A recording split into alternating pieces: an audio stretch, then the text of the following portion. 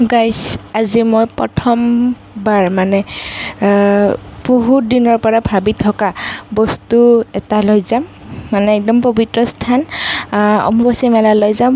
ইমান বহুত বেছি মন আছিল অম্বুবাচীত যোৱা। এনে গৈছোঁ, খালি অম্বুবাচীত যাব কিমান মন আছিল, সেয়েহে আজি পূৰণ হ'ল, সপোনটো অকণমান পূৰণ হ'ল। ভাল লাগিছে যাই কেনে। আৰু ইয়াৰে মাৰ কথাটো সকলোৱে জানে, অকণমান মই কৈ দিম মাৰ কথাটো। যিহেতু এই কামাখ্যা মাৰ কেনেকৈ উৎপত্তি হৈছে সেই অকণমান কৈ দিম। যিহেতু এইটো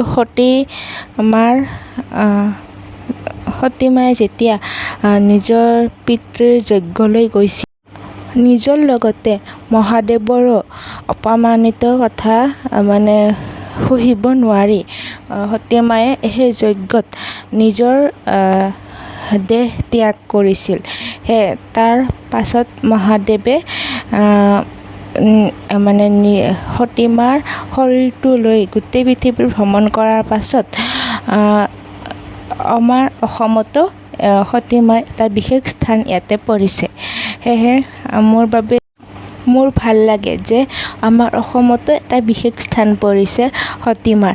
সেয়েহে অকণমান গৌৰৱ অনুভৱ কৰোঁ যে আমাৰ অসমতো এই সতী মাৰ এক বিশেষ স্থানটো পৰিছে, আৰু সেয়া হৈছে কামাখ্যা মন্দিৰ হিচাপে পৰিচিত হয়।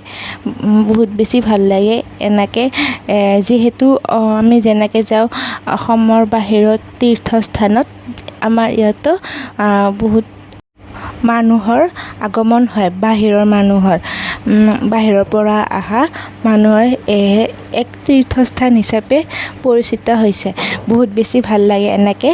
অকণমান অসমত থাকি অকণমান গৌৰৱ অনুভৱ হয়। আৰু আজিলৈ আহিছোঁ, বাই। লগ পাই আছোঁ নেক্সট এটা ভিডিঅ'ত। তেতিয়ালৈকে বাই।